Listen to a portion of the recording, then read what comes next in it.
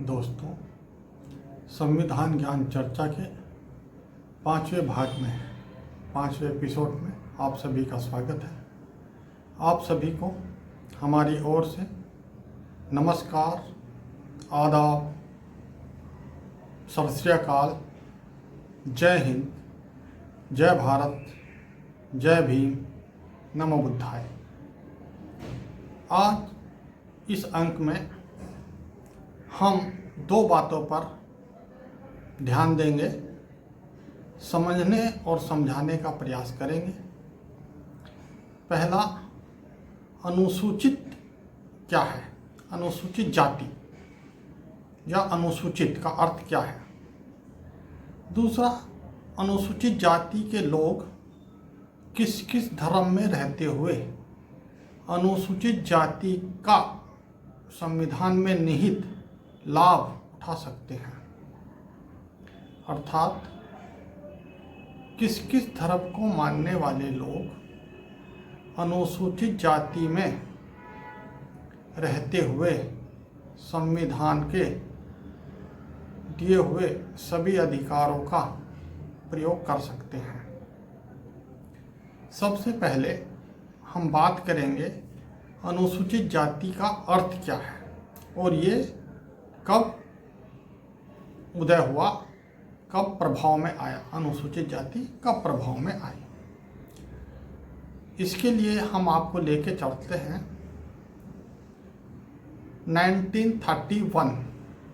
1931 में, जब भारत में पहली बार जातीय आधार पर जनगणना हुई और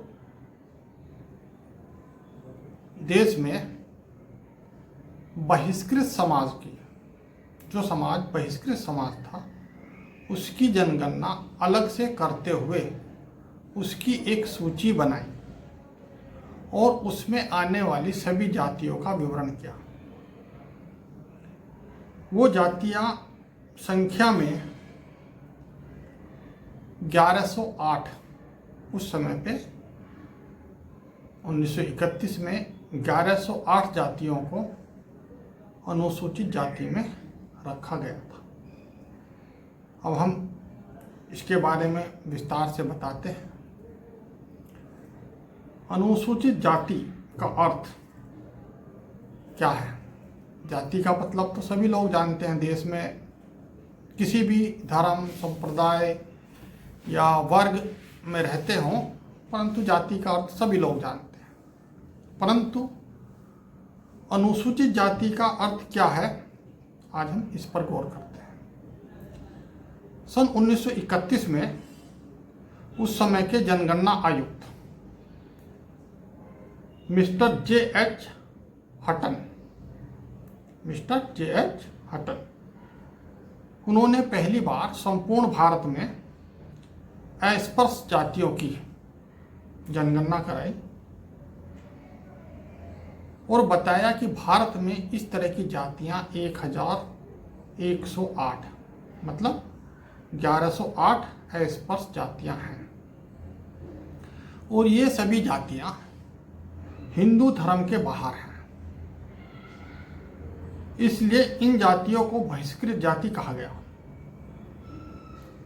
जो 1108 जातियां उस समय पाई गई बहिष्कृत जातियां, वो सभी जातियां हिंदू धर्म से बाहर हैं, इसलिए उनको बहिष्कृत जाति कहा गया। उस समय के प्रधानमंत्री रैमसे मैकडॉनल्ड ने देखा कि हिंदू, मुस्लिम, सिख, एंग्लो इंडियन की तरह बहिष्कृत जाति भी एक स्वतंत्र वर्ग है। जिस प्रकार उस समय देश में हिंदू पाए जाते थे, मुस्लिम पाए जाते थे, सिख पाए जाते थे, एंग्लो इंडियन पाए जाते थे और भी कई तरह के पारसी वगैरह थे, उसी प्रकार जो बहिष्कृत जातियां थी, उन जातियों का भी एक स्वतंत्र वर्ग है। इन सभी जातियों का हिंदू धर्म में समाविष्ट नहीं है, इसलिए इनकी एक सूची तैयार की गई। इस सूची में समाविष्ट जातियों को ही अनुसूचित जाति कहा जाता है। उस समय 1931 में जो तब के प्रधानमंत्री रैमसे मैकडॉनल्ड ने जो सूची तैयार कराई, उस सूची में जिन जातियों को रखा उसी सूची को अनुसूचित जाति कहा जाता है। उस सूची में जितनी जातियां समाविष्ट हुई उन जातियों को ही अनुसूचित जाति कहा जाता है। इसी के आधार पर भारत सरकार द्वारा अनुसूचित जाति अध्यादेश 1935 के अनुसार कुछ सुविधा दी गई। आगे चलकर उसी के आधार पर भारत सरकार ने अनुसूचित जाति अध्यादेश 1936 जारी कर आरक्षण सुविधा प्रदान की। जो सूची 1935 में बनी थी उसी को आधार मानते हुए भारत सरकार ने अनुसूचित जाति अध्यादेश 1936 जारी किया और उसमें बहिष्कृत जातियों को आरक्षण की सुविधा प्रदान की।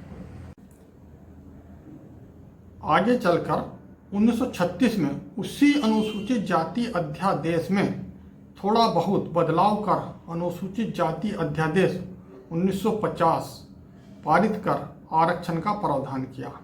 मतलब जिस आधार पे 1936 में अध्यादेश जारी करके आरक्षण लागू किया गया था, उसी आधार पे 1950 में इसमें कुछ थोड़ा बहुत फेर बदल करने के बाद जो है सभी बहिष्कृत जातियों को जो अनुसूचित जातियां कहलाई, बाद में उस सूची के अंदर जो आई वो अनुसूचित जातियां कहलाई, उन सभी को 1950 में अनुसूचित जाति अध्यादेश पारित कर आरक्षण का प्रावधान किया गया। अनुसूचित जाति का इतिहास यही कहता है कि यह भारतवर्ष में 1931 की जनगणना के पहले की अस्पृश्य बहिष्कृत हिंदू से बाहर जातियां थी।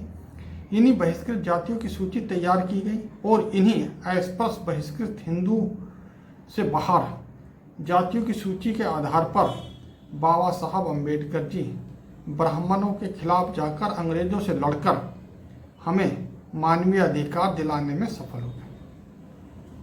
तो हमें भी ये अच्छे से जान और समझ लेना चाहिए कि अनुसूचित जाति का मतलब उस दौर में अस्पृश्य बहिष्कृत हिंदू से बाहर, मतलब जो हिंदू नहीं थी वे जातियां हिंदू धर्म के स्वतंत्र वर्ण व्यवस्था से बाहर पांचवा अघोषित वर्ण अतिशुद्ध अनुसूचित जाति हमारी संवैधानिक पहचान है और हम आज जो कुछ लाभ ले रहे हैं यह सिर्फ और सिर्फ मिलता है अनुसूचित जाति के नाम पर, ना कि दलित, चमार, पासी, सोनकर, वाल्मीकि आदि के नाम पर। अनुसूचित जाति नाम का उद्भव के इतिहास की जानकारी होने के बावजूद भी हमारे लोग हिंदू धर्म को पकड़े हुए हैं। अगर आप अभी भी हिंदू की पूंछ को पकड़े हुए हैं तो नैतिक रूप से बाबा साहब के संविधान का अपमान कर रहे हैं। ये सारी बातें मैंने दलित दस्तक से ली है। ये लेख मिस्टर अशोक दास जी का है, वहीं से मैंने इसका विवरण लिया है। अब इसके बाद हम बात करते हैं कि